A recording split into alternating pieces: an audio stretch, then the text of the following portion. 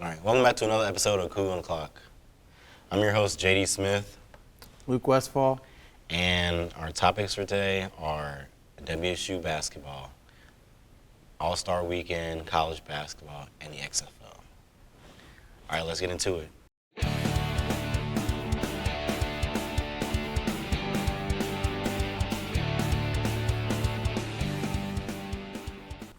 First topic is WSU basketball over the weekend. Starting with the senior night, which was all around was great. First, let's talk about the women's first. The women's game first. Anything to say?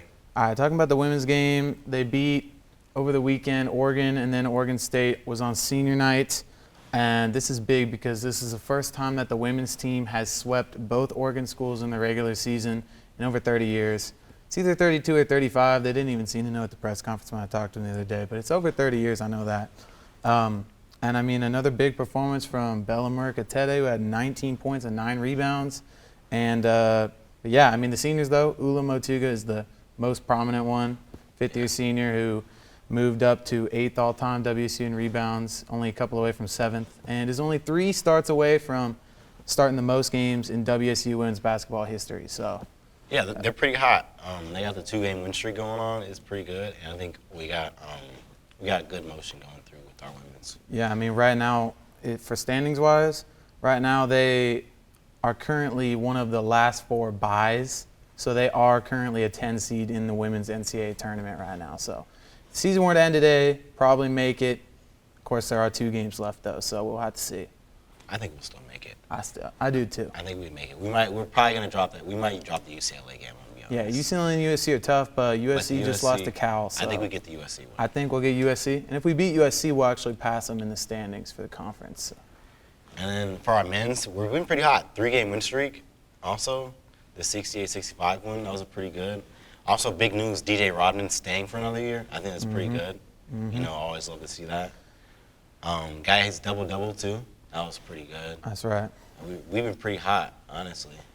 Yeah, Muhammad Gay, 12th double-double of the season, which currently leads the Pac-12.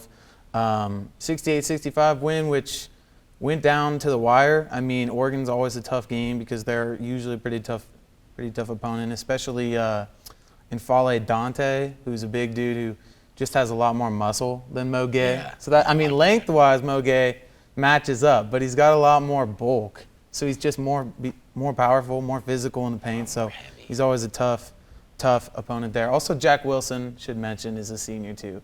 Super cool dude, football and basketball for Washington State, which you don't see very often, which is sick. But yeah, Rodman returning next year. So pretty much the entire team is going to be returning next year for men's basketball. And right now, we got Stanford, Cal, and then Washington, and we're 2 games under 500. So there's a solid chance we could at least kind of salvage something and finish above 500. I think the way we've been playing the end of the season is way better than we've been playing the beginning of the season. A lot healthier too. Because we were not performing well, but now it's getting better. It's getting a lot better with health. Andre Yakamowski's made a big difference. But on that point, let's move to our next topic: college basketball, men's college basketball. Biggest thing. Purdue loses to my team, Maryland. Maryland, I'm gonna say, Maryland has been valid this whole time. They were ranked early in the season as they were top. They were in the 20s, but they had lost a couple games, and if you lose like too many, you're out. But I think they'll come back in. That was a big one, knocking off Purdue. I still have faith in Purdue being a good team in the tournament, and also a big one was FAU's loss to MTSU, which I know you don't feel good about, which made me lose complete faith in MTSU because. Yeah. Seeing if they play a team that's of good caliber, I don't think they can perform well, just because how it's going to be. I think if they make it to the tournament with a good seed, they're going to get knocked. I think they're going to lose by 15 in the tournament by somebody. I agree with you on that. I was riding FAU just because I thought they were a cool story, but when you lose to a team like mid-Tennessee State, like mid's in the name. So, I mean, it's just not something you can afford to do. And on Purdue's side of things, I mean, I think Purdue could still be good just because of the dominance they showed this season, but I'm always a little bit skeptical when the player that is carrying the team is like a big guy over 7'5" who can only shoot layups, kind of like Taco Fall on the UCF team. Yeah. But I mean, they just don't have enough perimeter shooting, I think, Purdue. So I don't know how far they're going to make it, but I just don't think that they're going to actually win the whole thing. No, I don't think they're going to win. I don't think. I like Kansas better just because Kansas is always a consistent team. Yeah, I think Grady Kansas Dick, more I've been talking about well-rounded. this whole time. I think he's been leading the team. I think Kansas is just going to come away with it, honestly. Also, Alabama and Houston are also a few top teams I see that'll be running that tournament. So that's who I have faith in. Those also in the Pac-12 we got UCLA performing pretty high for us, which is pretty good. UCLA is good. I mean, it seems like every year they got some really good seniors. This year it's Jaime Jaquez and Tyga Campbell, I think. Yeah, those two guys, the big seniors. But I think they're gonna have a good tournament run, which I'm pretty glad they're gonna have a decent tournament run, also. But another team that's been doing pretty good, even though it went down a little bit, is San Diego State. Yeah. I think they're a sleeper team, and also Northwestern. I got to shout out Northwestern. They've been performing pretty good, and they've been knocking some teams off. I think they're not going to be huge ranking for March, but I think they're going to be a good sleeper team to play. I'd watch out if I play them. Recent AP poll, they're actually a top 20 team right now, Northwestern. I mean, wins, you're talking by 20 over Iowa their last game. They've beaten Purdue and Indiana too. Yep. So they're on a hot streak right now. Northwestern basketball was not somebody to watch for before the season, but right now, Northwestern basketball is definitely a team that you might want to be thinking of as one of your sleepers. Yeah, that's also why I lost faith in Purdue. They dropped 2 games to Northwestern and Maryland. Granted, those are both really good programs, but still, when you're ranked that, you can't drop games like that. It's too important, especially after previous beating Maryland. True. And then just losing to Northwestern. It feels like they're going down at the wrong time. At the wrong time. But that takes us to our next topic, the All-Star Weekend. Headlining All-Star Weekend, McClung, the G League Player of the Year, won the dunk contest. He can dunk. He's been dunking since high school. I'll give it to him. It was really good. Jericho Sims, he has some good dunks too. I mean, I'm gonna say whatever. They weren't amazing. They weren't super entertaining, but those were really good dunks. I can't do that. That was pretty hard. I said that was good. And then Dame with the 3-point contest win. Also, The Miz with the potential game winner, but it got waived. The half-court shot. That was a crazy shot. If he made it, that would have been. If he got off right before, it would have been crazy. He had like a 5-second windup on that shot. If he would have been just a half-second faster, he would have hit one of the crazy shots. Also, DK Metcalf playing like LeBron out there. DK Metcalf just got randomly drug tested because he went off for 20 points, 10 boards, 4 blocks, and he dunked like 4 or 5 times. That guy's got insane bounce. He was that. And then Richard Jefferson. Richard Jefferson's crazy too. Refed, commentated, and he came out and dunked. Multi-purpose. He's a utility man. That's my retired player of the year. Richard Jefferson. That's my GOAT. Richard Jefferson is like the GOAT of non-Hall of Fame players. He's such a. I'm putting him on the ballot. Things like this. Not first, but I'm putting him on the ballot. And then also Tatum with the most points ever in the. That's right, 55 points. 55. Jason Tatum went off. 10 rebounds too in that game, which doesn't mean as much, but still a crazy stat line. But I got to shout out. You mentioned Dame, but I got to shout out Dame wearing the Weber State jersey, just because he's got a crazy story, being recruited by almost no one other than Weber State out of high school, and then being a multi-time All-American at Weber State, and then being the 6th overall pick in the draft, now the best player in Blazer history out of Weber State, is crazy. So to come back and shout out your school 30 minutes down the road from the Utah Jazz Stadium, Weber State, and winning the 3-point contest, one of the few things he hadn't done yet, is pretty amazing. So I love seeing that. Also, I don't know how we feel about this All-Star game. It wasn't too bad, but I feel like they should have some changes to it to make it a little bit better. 184 to 175 is crazy.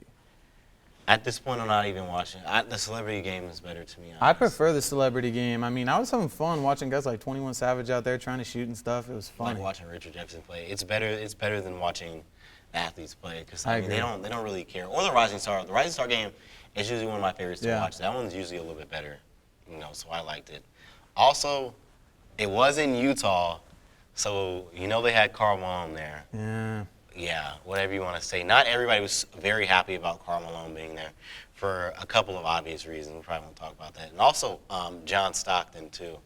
I don't think John Stockton didn't make a lot of noise about there wasn't much shouting out John Stockton. He didn't get a lot of media attention. He's been undercover since like 2020 in the COVID. It's just crazy. They had it in Utah, and the Jazz superstars of all time are just kind of a little bit off the rails. So. Yeah, but they have some issues. But that leads us to our final topic. The XFL. I'm loving the XFL. I'm glad they came back. and this weekend kicked it off. Shout out the 3-on-4 St. Louis Battlehawks. They came back. That was a crazy wild game. It was really good though. Wild game. I think AJ McCarron too. AJ McCarron, yeah, Shout quarterback for out. the Battlehawks. Old head, killing it. Former Bengal. I remember that. That brings back memories like watching those games, AJ McCarron come in. I mean, I barely remember him, but he was in the NFL, so I mean. But that game was crazy, though, because they got these new rules, right? So the XFL is in partnership with the NFL, so they're like experimenting rules and reviews and stuff. So it's kind of cool because you get to see like the referees talk about why they think stuff is what it is. But they wouldn't have been able to come back if it wasn't for the new rules, though. Well, I guess they kind of would have. But they went for 3 after their first touchdown. Yeah, they're down 15-3, then they scored, and then because you're allowed to go for 1, 2, or 3. And so if you go for 2, it's from the 5, and if you go for 3, it's from the 10. And they caught that. And then instead of an onside kick, they went for a 4th and 15 from their own 25 to get the ball back. But they can only do that in the fourth quarter. Now you can only do that in the fourth quarter if you're tied or trailing, which is crazy. Which is pretty good. And they ended up taking the win 18-15. And they won, yeah, on the last few seconds which touchdown. Is good. And they also do double forward passes too. Yeah. I like it. It's pretty. You only need 1 foot for a catch too. It's like college rules there. It's a lot. It's really interesting. Also, Seattle, they also lost 22-18. Seattle lost on the 1-yard line again. Don't talk to me about that Super Bowl, but this one was pretty crazy too. Ben DiNucci, the former Cowboy, shout out Mason Fishel for that one. But Ben DiNucci, bro, he's so terrible. Because the Cowboys can't produce anything. What is it with you Cowboys? You give us this quarterback that's supposed to be like the best quarterback in the XFL because he was just playing in the NFL, and he's terrible. Sorry, but he was terrible. But I'm liking the XFL. With the ending of the NFL, I think this is good to watch for a while. I'm taking my hometown Heroes to 3-1-4. I'm taking St. Louis as my team to win it all. Doesn't matter. I'm taking them. Before the season, they had Seattle as a favorite, and I like Seattle just because I like watching Josh Gordon. He had a decent game, 6 catches, 74 yards. I'm never gonna believe in Seattle. To be honest, I'm taking DC or Orlando. Also, shout out DC. I'm taking, man, who was it that won? Shout out to DMV. Who was it that won 33-12? Oh, I can't remember. That's I remember Houston. Houston? Yeah. They got Max Borghi on their team and Travell Harris. Max Borghi and Travell Harris. I mean, also, just to shout them out, they got Liam Ryan on the DC Defenders. They got Brandon Arconato on the Arlington Renegades and Destiny Veo on the Vegas Vipers. Those are the Cougars that are in the XFL. But Max Borghi is one of my favorite players ever from Washington State, so I'll root for the Roughnecks if I have to pick a team there. And that brings us to our birthdays. Shout out to GOAT, Charles Barkley. I know you're about 6'4". Shout out, happy birthday. Any more birthdays you got? All right, other birthdays, we're talking about Rihanna, who just played in the Super Bowl halftime. Shout out Riri. And even for you baseball fans out there, Justin Verlander is a pretty good baseball player. So there you go. Happy birthday, Brian. And then, as always, follow our handles. Our Twitter, Wazoo Sports Net. Our Instagram, follow Cable 8 and Wazoo Sports Network also. And our TikTok is also Wazoo Sports Network. And then you can find everything at Cable 8 Productions. I'm JD Smith. It was a great day with everybody. Luke Westfall. And we'll catch you another time.